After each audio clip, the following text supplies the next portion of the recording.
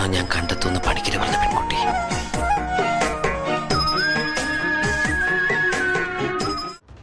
Hello guys, പുതിയൊരു വീഡിയോയിലേക്ക് എല്ലാവർക്കും സ്വാഗതം. നമ്മൾ ഈ വീഡിയോയിലൂടെ നോക്കാൻ പോകുന്നത് എങ്ങനെ ഒരു AI ഇൻഫ്ലുവൻസറിനെ നമുക്ക് ക്രിയേറ്റ് ചെയ്യാമെന്നാണ്. അത് ഒറ്റ ഒരു ടൂൾ മാത്രമാണ് ഉപയോഗിച്ചിരിക്കുന്നത്. ഫസ്റ്റ് സ്റ്റെപ്പ് എന്ന് പറഞ്ഞാൽ നമ്മൾ ChatGPT ഉപയോഗിച്ച് ഒരു പ്രോംപ്റ്റ് തയ്യാറാക്കണം. അതായത് നമ്മുടെ AI മോഡലിൻ്റെ ഫേസിലുള്ള ഫീച്ചേഴ്സ് എന്തൊക്കെ വേണമെന്നുള്ളത് അതനുസരിച്ച് ഒരു ചെറിയ പ്രോംപ്റ്റ് തയ്യാറാക്കി അത് കോപ്പി ചെയ്തെടുക്കുക. അത് കഴിഞ്ഞ് താഴെ കൊടുത്തിരിക്കുന്ന ഒരു ലിങ്ക് ഉണ്ട്, അത് ക്ലിക്ക് ചെയ്യുമ്പോൾ നിങ്ങൾ ഈ ടൂൾ ഓപ്പൺ ആക്കുന്ന പേജിലോട്ടാണ് പോകുന്നത്. അത് വെബ്സൈറ്റ് ഓപ്പൺ ആയി വരുമ്പോൾ ഇവിടെ കണക്റ്റിംഗ് എന്ന് പറഞ്ഞൊരു ഓപ്ഷൻ ഉണ്ട്, അതേ ക്ലിക്ക് ചെയ്യണം. അപ്പോൾ അത് ഗ്രീൻ ആയിക്കൊണ്ട് ടിക്ക് മാർക്ക് വരും. അത് ടിക്ക് മാർക്ക് ആകുമ്പോഴത്തേക്കിന് ഈ സൈഡിൽ ഒരു പ്ലേയുടെ ബട്ടൺ ഉണ്ട്, അത് ക്ലിക്ക് ചെയ്യുക. അപ്പോൾ ഒരു വാർണിംഗ് എന്ന് പറഞ്ഞൊരു പോപ്പപ്പ് വിൻഡോ വരും, അതിൽ അലോ ചെയ്ത് കൊടുക്കണം. അലോ ചെയ്യുമ്പോഴത്തേനും കുറച്ച് കോഡ് റൺ ആവുന്നതായിട്ട് കാണാം. ഈ ഡീറ്റെയിൽസ് ഇവിടെ ലോഡ് ആവുന്ന സമയത്ത് നമ്മൾ ബാക്ക് അടിച്ച് പോകല്. അങ്ങനെ പോയി കഴിഞ്ഞാൽ ആദ്യം തൊട്ടേ വീണ്ടും നമ്മൾ ചെയ്യേണ്ടി വരും. ഒരു 2-3 മിനിറ്റ് നമ്മൾ വെയിറ്റ് ചെയ്യുമ്പോഴത്തേക്കിന് ഇവിടെ ആണെങ്കിൽ പബ്ലിക് URL ലോക്കൽ URL എന്ന് പറഞ്ഞ് കാണിക്കും. അതിനകത്ത് നമ്മൾ പബ്ലിക് URL എന്നുള്ള ആ ലിങ്കിലേക്ക് ക്ലിക്ക് ചെയ്യുക. അപ്പോഴത്തേനും നമ്മുടെ ടൂൾ ആക്ടിവേറ്റ് ആവും. അപ്പോൾ നിങ്ങൾ പുതിയൊരു ഇൻ്റർഫേസ് ആയിരിക്കും കാണുന്നത്, ലോഡിങ് എന്നും പറഞ്ഞ്.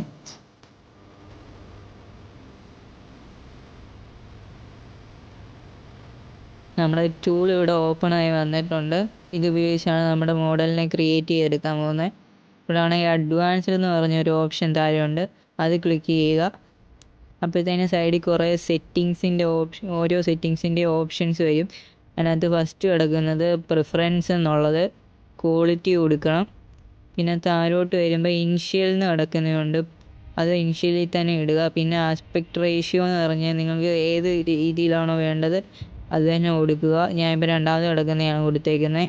പിന്നെ കൊടുക്കേണ്ടതെന്ന് പറഞ്ഞാൽ എത്ര ഇമേജ് വെച്ച് ആദ്യം ജനറേറ്റ് ചെയ്ത് വരണ്ടേ എന്നുള്ളതാണ്. ഞാനിപ്പോൾ 4 കൊടുത്തേക്കുന്നത്, അത് തന്നെ കൊടുക്കുക. അത് കഴിഞ്ഞിട്ട് നമ്മൾ ആദ്യം കോപ്പി ചെയ്ത് കൊണ്ടുവന്ന ആ പ്രോംപ്റ്റ് ഇവിടെ പേസ്റ്റ് ചെയ്യാൻ മറക്കല്ല്. അത് കഴിഞ്ഞിട്ട് നമുക്കാണെങ്കിൽ നെഗറ്റീവ് പ്രോംപ്റ്റ് എന്ന് പറഞ്ഞുകൊണ്ട് അതിനകത്ത് ഞാനിപ്പോൾ സ്ക്രീനിൽ കൊടുത്തേക്കുന്ന പോലെ തന്നെ കൊടുക്കുക. താഴത്തെ ട്രാൻസ്ലേറ്റ് പ്രോംപ്റ്റ് എന്നുള്ളത് ക്ലിക്ക് ചെയ്ത് വിടണം. അതിൻ്റെ കൂടെ തന്നെ റാൻഡമൈസ് എന്ന് പറഞ്ഞ സംഭവമുണ്ട്, അത് അവിടെ ടിക്ക് ചെയ്തായിരിക്കും കിടക്കുന്നത്. അതിൽ ക്ലിക്ക് ചെയ്ത് ആ ടിക്ക് മാറ്റിയിട്ട് താഴെ ഒരു 5 ഡിജിറ്റോ 6 ഡിജിറ്റോ നമ്പർ അടിച്ചു കൊടുക്കണം. അത് കഴിഞ്ഞിട്ട് ആ ജനറേറ്റ് എന്നുള്ള ബട്ടൺ ക്ലിക്ക് ചെയ്യുക. നമ്മൾ ക്ലിക്ക് ചെയ്യുമ്പോഴത്തേക്കിന് ഇമേജ് പ്രോസസ്സിംഗ് എന്നും പറഞ്ഞ് കാണിക്കും. അവിടെ ആണെങ്കിൽ കുറച്ച് നേരം ഒന്ന് വെയിറ്റ് ചെയ്യുമ്പോഴത്തേക്കിന് ഇമേജ് ജനറേറ്റ് ആയി വരുന്നത് നമുക്ക് കാണാം.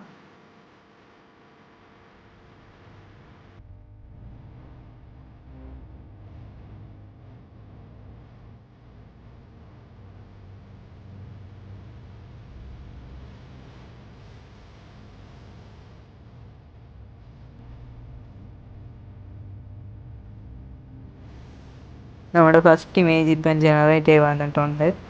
ബാക്കിയുള്ളത് ഇതേപോലെ പ്രോസസ്സായി വരുന്നതായിരിക്കും. അതുവരെ നമ്മൾ വെയിറ്റ് ചെയ്യണം.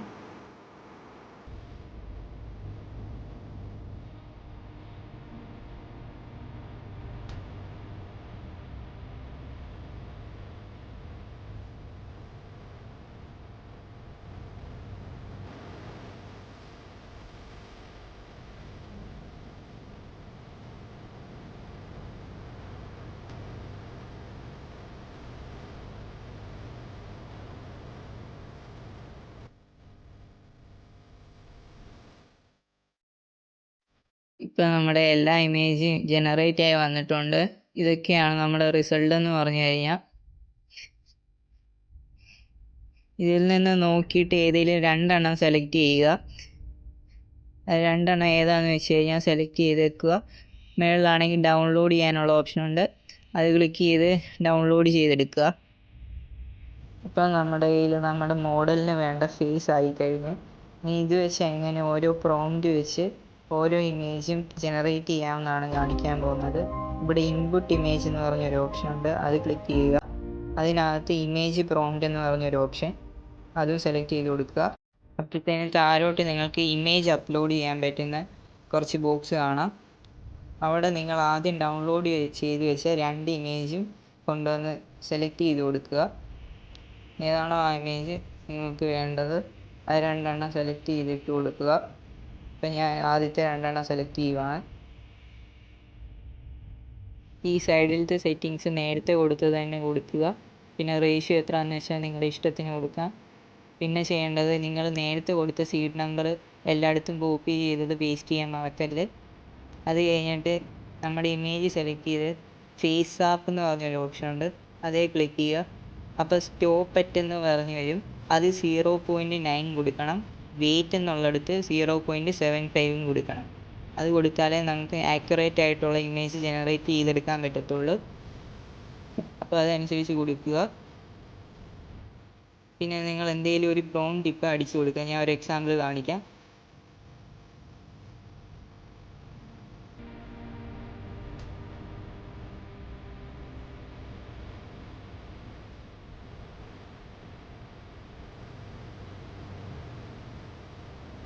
നേരത്തെ പോലെ തന്നെ ലോഡായി വരുന്നത് കാണാം.